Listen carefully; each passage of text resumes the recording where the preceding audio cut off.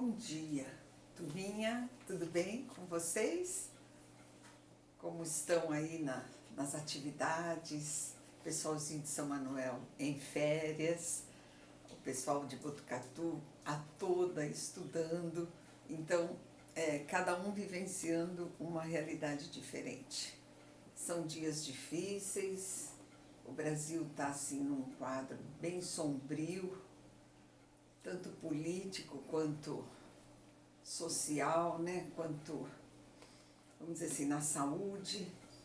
Então, cada um faça a sua parte, fique em casa, tá? E oração, gente, eu sou muito mística, então, oração para que nós possamos enfrentar tudo isso com equilíbrio nas nossas emoções, tudo bem? A aula da semana passada me deixou contente porque vocês trabalharam tanto na questão dissertativa, trabalharam nas questões objetivas, trabalharam aí na realização da sua redação, e o tema foi selfies, mecanismo de interação social ou narcisismo em excesso. Esse foi o tema que a FAMERP colocou, né, no seu vestibular, que nós selecionamos. Tudo bem? Então aí vocês teriam 3 posicionamentos possíveis para vocês adotarem. Eu poderia falar a favor da selfie, concordando com um dos textos da coletânea, de que a selfie é uma maneira de interagir socialmente, é uma maneira de aumentar a autoestima, de elevar aí vamos dizer assim, o emocional das pessoas. Então, poucas pessoas se manifestaram favoráveis às selfies, tá? A segunda posição, contestar os efeitos benéficos das selfies. Então, o narcisismo em excesso. A maioria ficou com essa leitura, de que é um narcisismo em excesso, de que é uma autoafirmação, de que é uma realidade ilusória, que ela é falsa, que ela não traz a felicidade ou a realização. Então, a maioria ficou com esse posicionamento, contrário às selfies, um posicionamento contrário às selfies, e defendendo a ideia de que há um exagero vamos dizer, na postura, na divulgação das fotos, cria um ciclo vicioso, as pessoas estão sempre querendo mais, porque é uma estratégia de autoafirmação. Então, quando fica ali na dependência das curtidas, então analisaram a maioria sob este ângulo. Mas vocês também poderiam adotar um posicionamento equilibrado. Então eu falo assim, é um recurso virtual, né? Mas que requer também a convivência social. Então ela não pode vir substituindo a convivência social, mas que ela, de repente, é um mecanismo que faz bem às pessoas, que eleva a autoestima. Então você poderia ficar ali num equilíbrio entre ela ser a interação social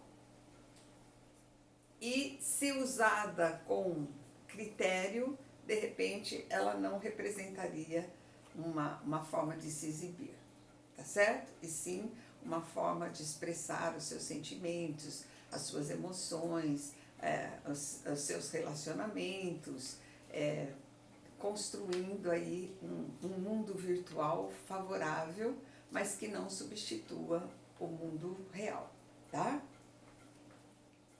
Sobre os textos, de uma maneira geral, foram bem. O grande problema continua sendo a parte gramatical, a parte linguística. Há alunos que estão escrevendo um texto assim com qualidade, que eu percebo que houve pesquisa, que houve leitura, reflexão, análise, Porém, na hora de colocar isso para o papel, é desconectado. As ideias são desconectadas. Não há uma ligação entre os parágrafos. Gente, progressão lógica quer dizer, o primeiro parágrafo se desenvolve no segundo, que continua no terceiro, que continua no quarto e que conclui no quinto, por exemplo, num texto básico, tá certo? A estrutura ortodoxa. Uma introdução, 3 parágrafos de argumentação e uma conclusão. Então, releiam com cuidado. Tem que aplicar o que vocês aprendem na gramática na hora de escrever. Eu sei que para alguns a dificuldade de digitar atrapalha um pouco, mas eu percebo direitinho quando foi um erro de digitação. Eu nem vou computar que aquilo lá faltou trocou uma letra que é próxima, né? Então eu até visualizo essa situação. Mas vocês têm que fazer uma releitura. Antes de enviar, releiam para ver se não estão aí, porque de repente muda uma palavra, pula uma palavra, pronto, fica tudo comprometido, não se sabe. Até às vezes eu tento deduzir e escrevo lá, seria essa a palavra, mas que ficou faltando, tá? Muitos ainda estão se esquecendo de grifar a tese e isso é importante. Agora eu vou começar a descontar. Não grifou a tese, vai perder meio ponto na nota. Por que que é importante? Porque você tem que se habituar a perceber que no parágrafo introdutório a tese tem que estar explícita, clara, objetivamente colocada. Às vezes eu só vou descobrir o que o aluno está defendendo no decorrer da redação, porque ele se esqueceu de formular aquela frase núcleo que seria a frase correspondente à elaboração da sua tese. O que você vai, vamos dizer assim, o que você vai defender no decorrer do seu texto, tá? Há alunos que ainda não estão fazendo na folha de redação e eu peço que o façam, porque só dá para eu ter uma ideia do número de linhas através daquela folha, porque quando vocês fazem tudo apertadinho, impresso no próprio e-mail, fica difícil você avaliar se a extensão está correta ou não, tá? Muitos textos deram voltas, ficaram repetindo aquilo que a coletânea colocava, e quando isso acontece, você não passa de um texto básico, você está praticamente fazendo uma paráfrase do que a coletânea estava falando. Então tem que haver algo pessoal, tem que haver algo que você esteja colocando de sua análise, de sua reflexão, e não ficar apenas em cima daquilo que os autores colocaram, tá? Alguns textos estão excedendo o número de linhas. Gente, isso daí é complicado, porque chega lá, você tem 30 linhas, você tem 34 linhas, e você tem que fazer o texto se ajustar a isso, e você se acostumou a escrever 42, 45. Então, atenção para o número de linhas. Outro dia me foi perguntado, quantas linhas mais ou menos? Se você fez o rascunho do seu texto, você sabe que ali tem 34 linhas manuscritas. Então, o que nós vamos ter? O equivalente àquilo é um texto menor, é menor do que a folha. E tem gente que está escrevendo a folha e ainda virando para o outro lado para concluir o seu texto. Então, atenção para isso, tem que ajustar o texto na medida do limite, né, que o vestibular coloca, certo? Nós tivemos 3 redações que eu considerei ótimas, que foram a redação da Heloísa, bem sintética, precisa, não corrigi nada no texto dela, acho que uma coisinha só, foi não me lembro agora exatamente o que, mas foi uma única correção no texto todo, tá? Gostei também da redação da Laura Gomes, também a Laura readquirindo aquela forma que eu já conhecia de outras, né, de outras etapas do curso de redação. Fico contente, viu, Laura? O Murilo também escreveu muito bem, embora tenha excedido o número de linhas, um texto diferenciado, muito bem escrito, bem aprofundada a análise, bem conectados os dados, muito bom. A Heloísa se destaca pela capacidade de síntese e fluência do texto, tá? A Laura, vamos dizer assim, trouxe alguns elementos significativos. E o Murilo, muito bom na conexão das ideias, na fluência do texto. Embora a Laura e o Murilo ainda tenham alguma falha linguística, o que não acontece com a Heloísa. Então, os três ganharam chocolates virtuais, tá? Então, eu não quero dizer que vai ficar só na imagem, não. O dia que nós retornarmos, eu vou transformá-los concretamente em chocolates. Certo, pessoal? Continue escrevendo. Estou contente porque há alguns alunos que estão escrevendo toda semana sem falhar nenhuma. Isso é muito importante no curso de redação. A fluência do texto, que é a dificuldade da maioria, ela só vem com a prática, é treinamento, é escrever.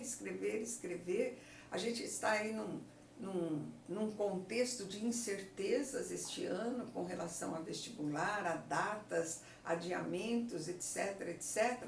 Mas nós vamos nos preparar para que, chegando o momento, vocês estejam exatamente prontos para fazerem um vestibular assim criterioso, seja como treineiro ou seja efetivamente disputando uma vaga, que vocês estejam afinados, estejam escrevendo bem coordenados, bem logicamente, progressivamente as ideias colocadas, tá? Para que o resultado seja muito positivo para vocês, tá bem?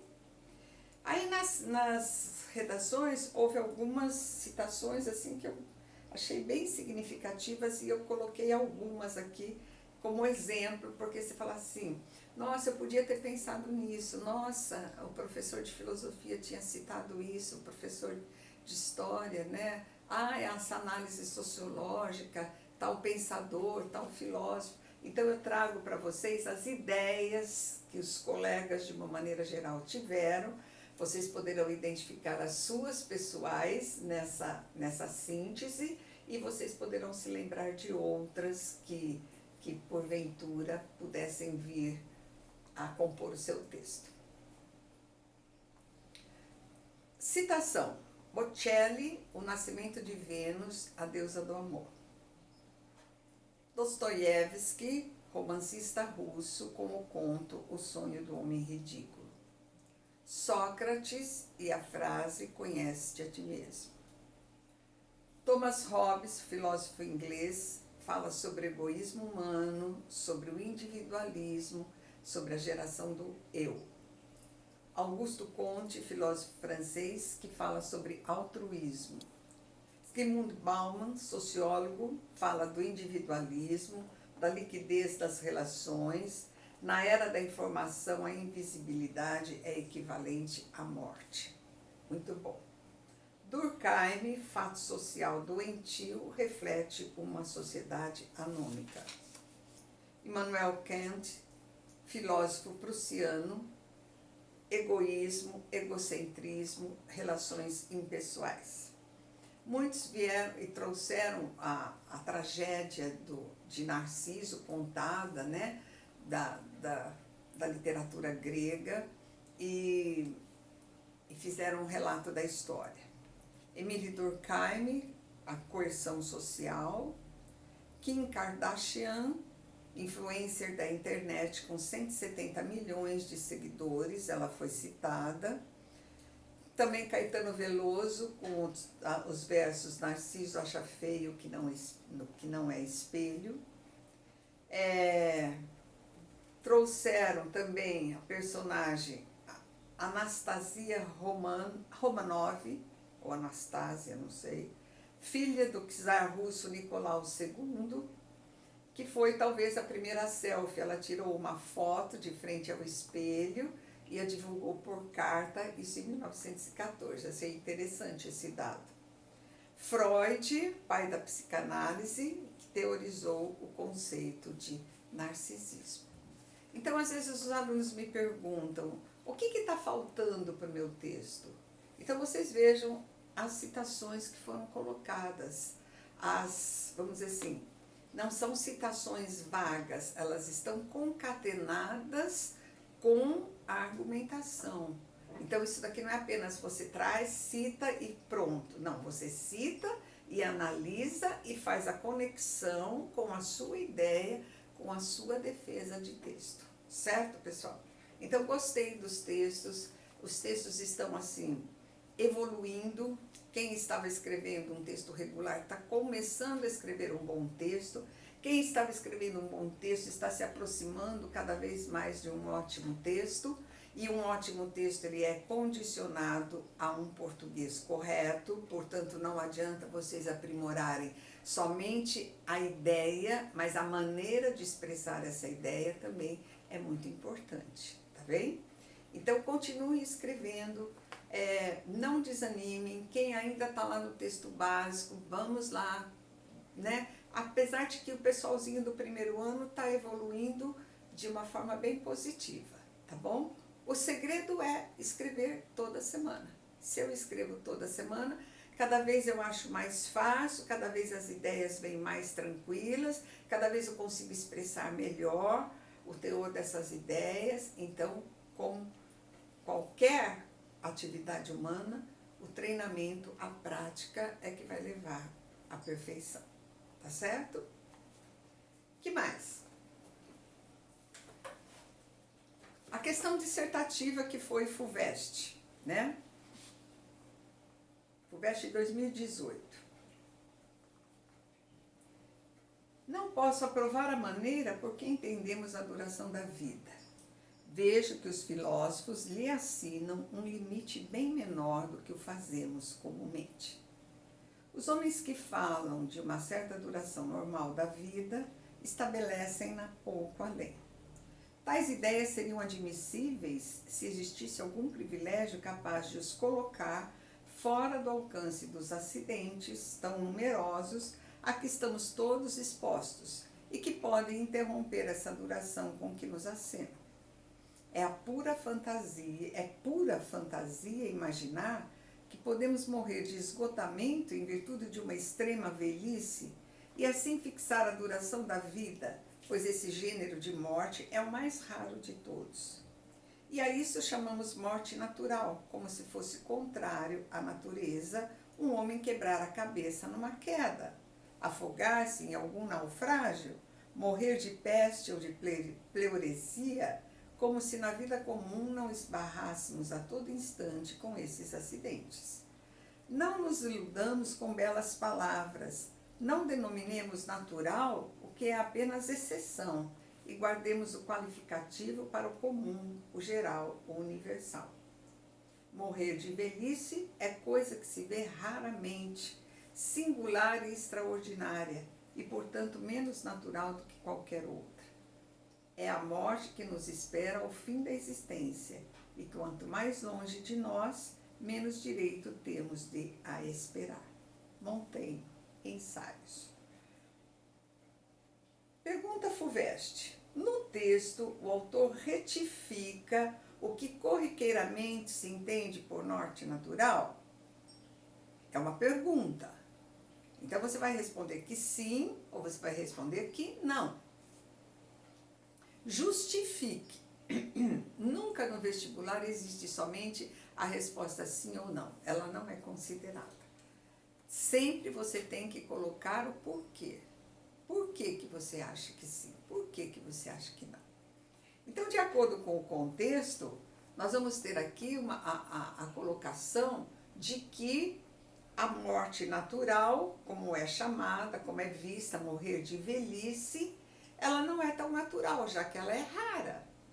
Acontece muitas outras formas de morte que ele citou aqui, como, vamos dizer assim, um naufrágio, morrer de peste, de um acidente, numa queda. Então, vamos dizer assim, outras formas de morrer são muito mais comuns do que você morrer de velhice. Então ele contesta, a resposta seria sim. Ele contraria o senso comum que associa a morte natural àquela que decorre do envelhecimento. Já que na maioria das vezes as pessoas morrem de qualquer tipo de acidente ou doença que as atinge de surpresa em qualquer momento da vida. Morrer de velhice é coisa que se vê raramente. Como ele falou, singular e extraordinária, menos natural do que qualquer outra, se vocês quiserem usar as palavras do autor colocando entre aspas, certo?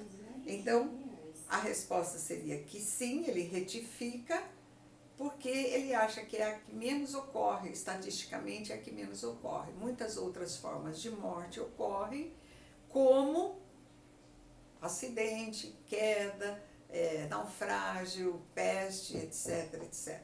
Tá certo? Na letra B, a que palavra ou expressão se referem, respectivamente, os pronomes destacados no trecho? Vejo que os filósofos lhe assinam um limite bem menor do que o fazemos comumente. Então, o pronome lhe e o pronome o. Os pronomes, o pronome lhe se refere à duração da vida e o pronome o retoma limite bem menor. Certo, pessoal? Então, a segunda parte quase todo mundo acertou. Na primeira parte é que acabou faltando um pouquinho na expressão da sua resposta dissertativa, tá? A resposta dissertativa, ela também envolve correção, um português exato, sem erros de pontuação, sem erros de acentuação, crase, regência, concordância, etc.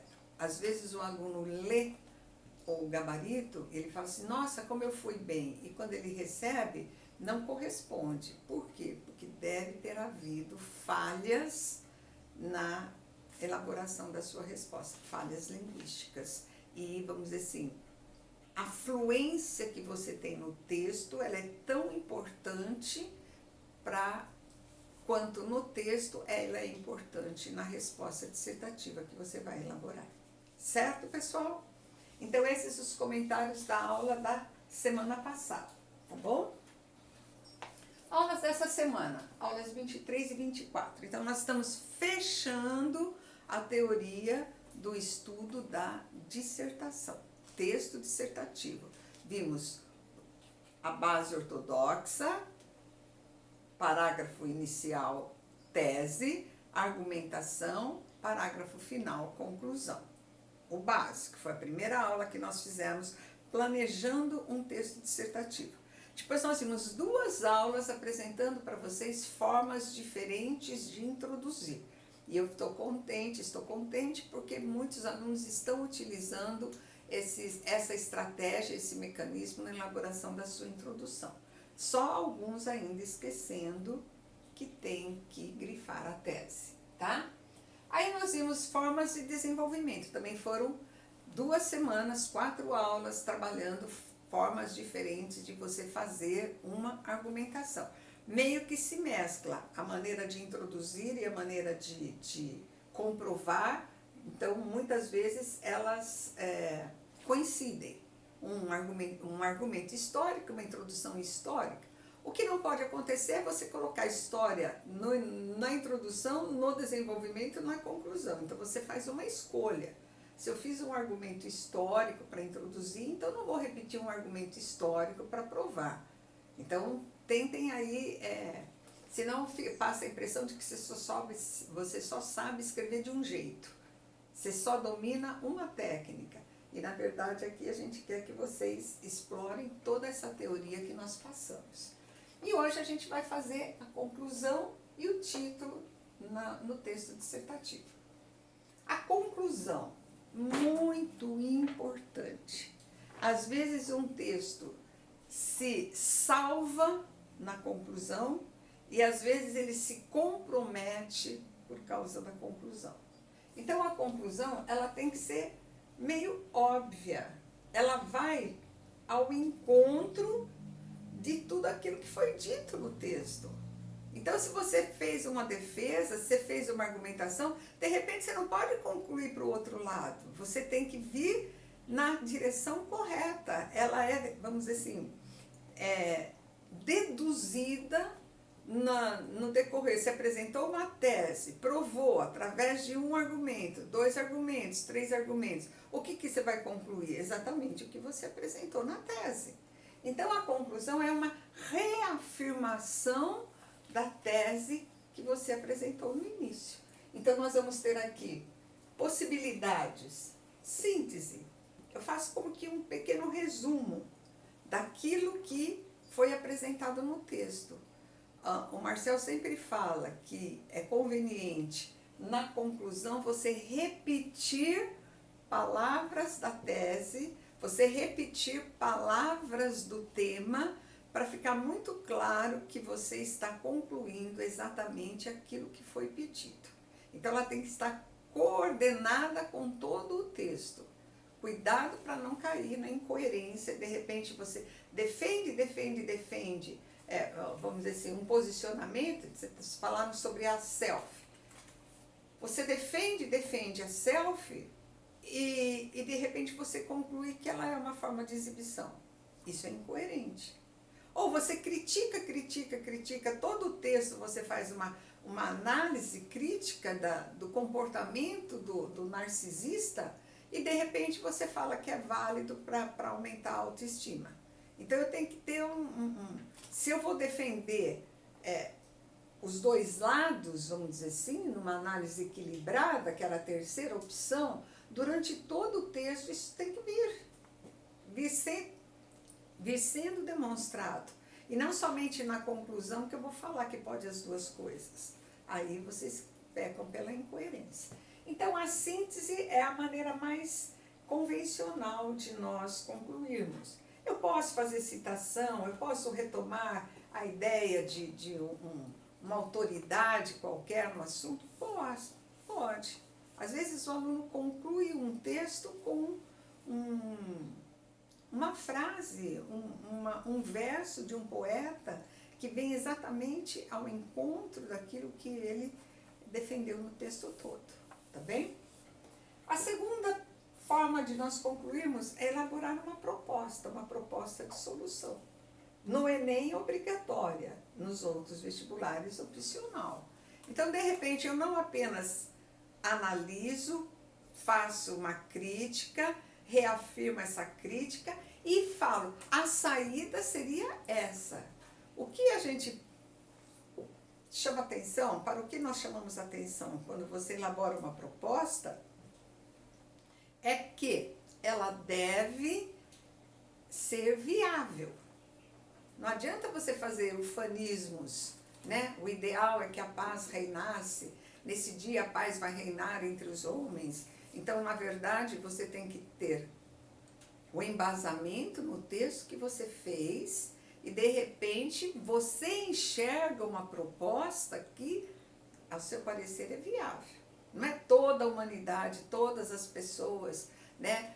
O comportamento humano deve ser revisto. Então, genéricas, uma coisa assim, com uma amplitude que é inviável. Então, muito cuidado na elaboração da proposta para que ela seja real, que ela não esteja lá no mundo da utopia, tá? Ou então eu posso fazer um final surpresa. O final surpresa, de repente, você apresenta um dado inesperado. Às vezes o final surpresa, que eu falo assim, salva a sua redação. Você pensou num verso de uma poesia, você pensou no parecer de um filósofo, você fez um jogo de palavras que ficou bem interessante ali. Então, é um tipo de final inesperado, surpreendente, que leva o leitor a uma nova reflexão. Nos filmes, nos textos narrativos, o final surpresa muitas vezes nos leva a assistir o filme novamente, assistir ao filme novamente, porque eu não estava esperando aquilo, será que aquilo lá está de acordo ou não? Então, nos romances e nas narrações, o final surpresa tem um efeito bem positivo. Na dissertação é mais difícil dele ser elaborado, mas ele também pode ser explorado, certo? O importante é que a conclusão seja o arremate de tudo que foi dito no texto todo. Então você conduz um raciocínio progressivamente lógico e ele vai terminar num fecho que é vamos dizer assim, a conclusão exata daquilo que foi colocado no texto todo. Então, cuidado para não falar, para concluir podemos dizer, não precisa disso. A conclusão ela já vem expressa na ordem lógica do texto. Agora, se você quiser, você pode pôr dessa maneira, assim, percebe-se que, vamos dizer assim, desse modo, ou qualquer conclusiva, portanto, por conseguinte, assim, como vocês quiserem, uma conjunção conclusiva. Só cuidado para não pôr, assim concluímos que, assim já é conclusão, concluímos, daí fica redundante, fica um pleonasmo vicioso, tá ok? Então, muito investimento na sua conclusão, ele é o arremate, é ele que vai trazer, assim, o impacto final do seu texto, é exatamente a forma como você elaborou sua conclusão. Então, ela não pode ser apenas uma repetição mecânica de dados do texto que, de repente, fecham, invistam na sua conclusão, tá? Tanto que no Enem, né, ela tem um valor, a proposta de solução vale 200 pontos. E o título? O título é o cartão de apresentação do seu texto. Então, você fala assim, um título genérico. Então, você fala assim, a selfie na modernidade. O excesso de selfies. O comportamento humano por meio de selfies. A gente chamaria de títulos genéricos. Eles são, assim, o mais comum possível. Então, a recomendação que se faz é que você elabore o seu título depois que você terminou sua redação.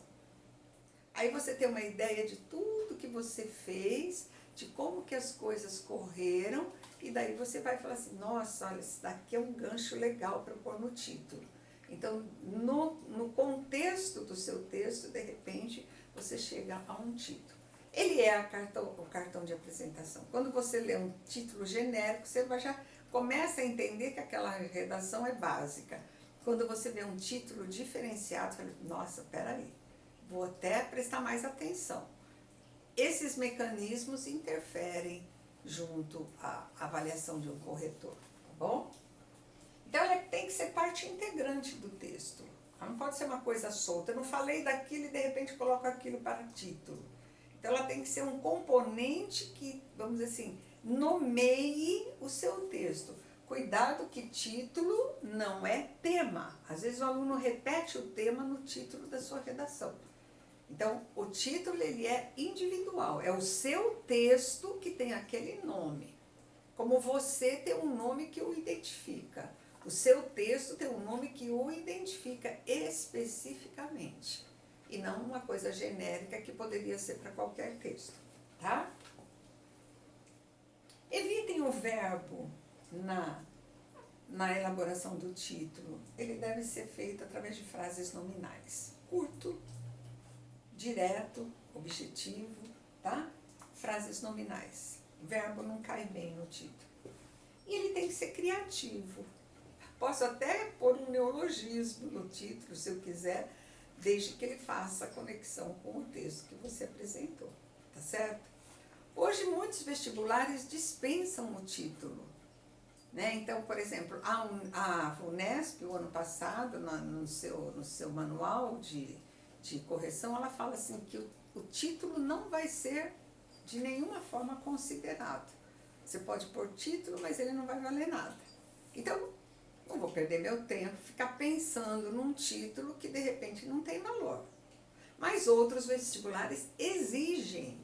E quando se coloca lá, dê um título ao seu texto, à sua redação, e você não coloca, você pode se comprometer. Então, muito cuidado aí na orientação da sua redação, quando está lá, dê um título para seu texto.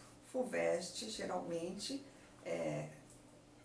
não, às vezes coloca, a PUC pede, alguns vestibulares pedem, a Mackenzie pede, dê um título ao seu texto. Quando não pede, fica a seu critério colocar o título ou não, tá? Mas, assim, de uma maneira geral, um título impressiona positivamente o corretor. Vamos dizer assim, uma conexão psicológica, mesmo que não se peça o título, e você, de repente, se você colocou, se você chegou a um título assim, bem diferenciado, bem expressivo, ele faz a diferença na leitura do seu texto, tá? Então, fiquem atentos.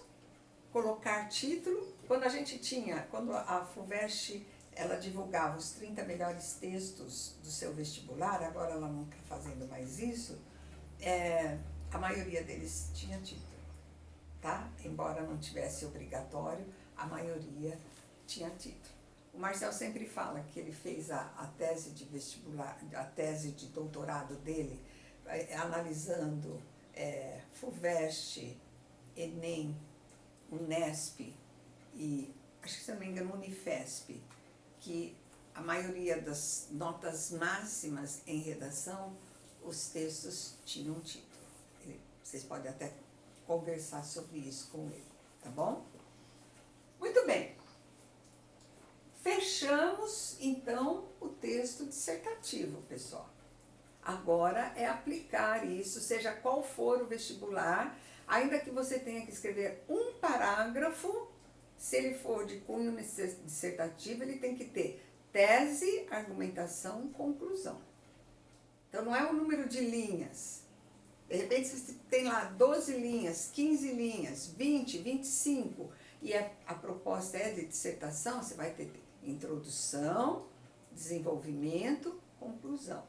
Tese na introdução, argumentação no desenvolvimento, conclusão, o fecho final. Tá? Muito bem. Hoje vamos trabalhar o vestibular FAMEMA, Faculdade de Medicina de Marília. Como um número representativo de alunos desse ano quer medicina, declarou-se para o vestibular de medicina, por isso que nós colocamos os vestibulares específicos da FAMERP, da Unifesp e agora da FAMEMA. Mas mesmo aluno que não queira, é um treino de interpretação. FAMEMA também é elaborado pela VUNESP, portanto se soma Unifesp, FAMERP, FAMEMA, Unesp. É tudo a mesma equipe que elabora esses vestibulares. Então, eles têm uma conexão entre si. Portanto, quando vocês estão trabalhando FAMEMA, vocês estão trabalhando também Unesp, tá? Aí ficou um pouco acumulado, viu, gente? Como a teoria da aula é curta, a gente precisou compactar a FAMEMA tudo numa aula só. Então, vão ser, acho que 40, se eu não me engano, é um número grande que a gente fez 16, 17, 18, 19 e 20. Então ficou tudo numa aula só para vocês trabalharem objetivamente a FAMEMA. Por isso, essa semana eu não coloquei a dissertativa, tá? Para que vocês tenham um tempo maior aí para trabalhar as questões objetivas. A redação deste ano na FAMEMA foi: a redução da maioridade penal pode colaborar para a diminuição da violência no Brasil? Aqui vejam novamente uma pergunta. Então, trabalhando a pergunta no tema da redação, que deve ser respondida. A redução da maioridade penal pode colaborar para a diminuição da violência no Brasil? Não está falando resolver, está falando colaborar. Qual é a sua opinião? Será que há uma exploração do menor infrator porque ele não responde criminalmente? Ou isso daí é apenas um discurso, vamos dizer assim,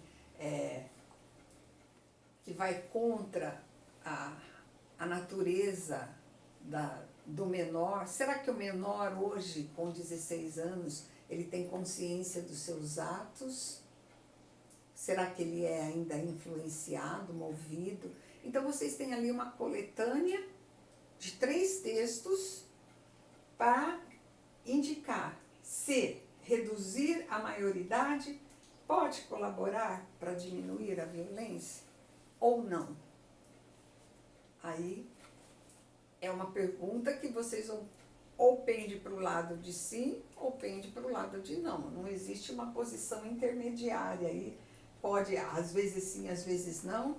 Não, porque ela colabora ou não para a redução da violência no Brasil.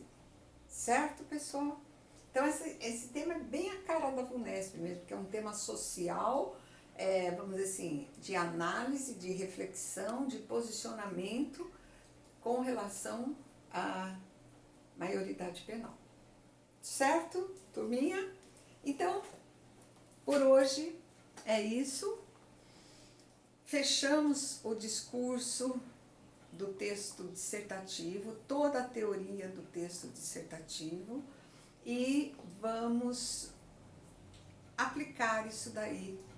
Até o final do ano nós vamos aplicar. Só vamos dar uma pausa quando formos estudar Unicamp, porque na Unicamp é uma outra forma de texto, é um gênero textual diferente, e daí então nós vamos trabalhar especificamente o gênero Unicamp, o UEL, o FPR, alguns vestibulares específicos que trabalham outros gêneros textuais que não a dissertação. Mas em todo vestibular que cair dissertação, a estrutura é essa: introdução, tese, argumentação, desenvolvimento, conclusão, o arremate aí do seu texto. Certo, turminha? Então, um bom trabalho para vocês, uma boa semana.